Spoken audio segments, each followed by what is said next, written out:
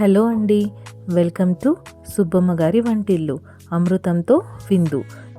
ఈరోజు మన ఛానల్లో టేస్టీ అండ్ హెల్దీ కరివేపాకు నిల్వ పచ్చడి ఎలా చేయాలో ఇప్పుడు చూద్దాం.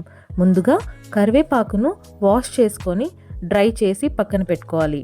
ఇప్పుడు ఒక 150 గ్రామ్స్ చింతపండును వేడినీళ్ళు వేసి నానపెట్టుకోవాలి.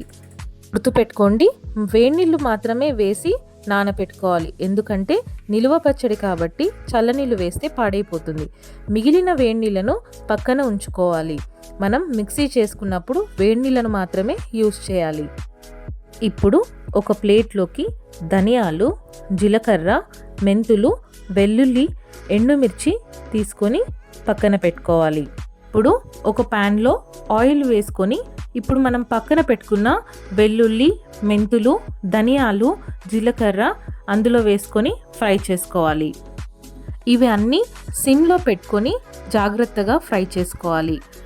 ఇవి అన్నీ ఇలా ఫ్రై అయిన తర్వాత ముందుగా మనం పక్కన పెట్టుకున్న ఎండుమిర్చిని కూడా అందులో వేసి ఫ్రై చేసుకోవాలి. ఇవి అన్నీ బాగా ఫ్రై అయిన తర్వాత ఒక గిన్నెలో తీసుకొని పక్కన పెట్టుకోవాలి.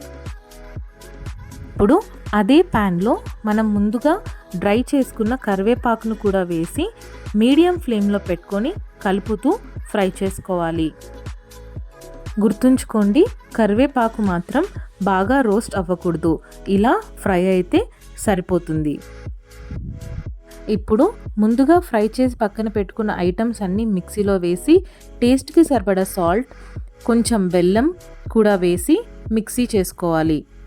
ఇలా కొంచెం గ్రైండ్ అయిన తర్వాత ముందుగా నానబెట్టుకున్న కొంచెం చింతపండు, కొంచెం కరివేపాకు వేసి గ్రైండ్ చేసుకోవాలి.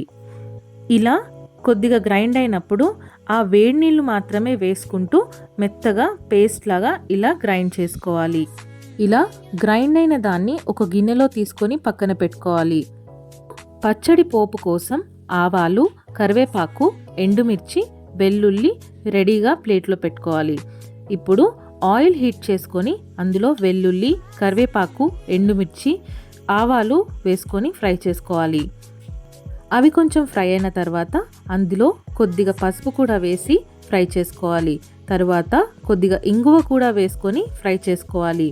అవి ఫ్రై అయిన తర్వాత ముందుగా మనం గ్రైండ్ చేసి పెట్టుకున్న పచ్చడిని కూడా ఇప్పుడు అందులో వేసి బాగా కలుపుకుంటూ సిమ్లో పెట్టి ఫ్రై చేసుకోవాలి. అందులో కొంచెం ఫ్రై అయిన తర్వాత నేను టేస్ట్ చూసుకున్నానండి. నాకు కొంచెం పుల్లగా అనిపించి కొంచెం బెల్లం వేసుకున్నాను. మీకు కూడా అలా అనిపిస్తే కొంచెం బెల్లం, సాల్ట్ సరిపోకపోతే సాల్ట్ వేసుకోండి. ఇలా కలుపుకుంటూ 10 మినిట్స్ ఫ్రై చేసుకుని స్టవ్ ఆఫ్ చేసుకుంటే ఎంతో టేస్టీ అండ్ హెల్దీ కరివేపాకు పచ్చడి రెడీ అయినట్టే. వేడి వేడి అన్నంలో కొద్దిగా నెయ్యి వేసుకొని తింటే చాలా బాగుంటుంది. ఇది అన్నంలోకే కాదండి, టిఫిన్స్లో కూడా చాలా బాగుంటుంది.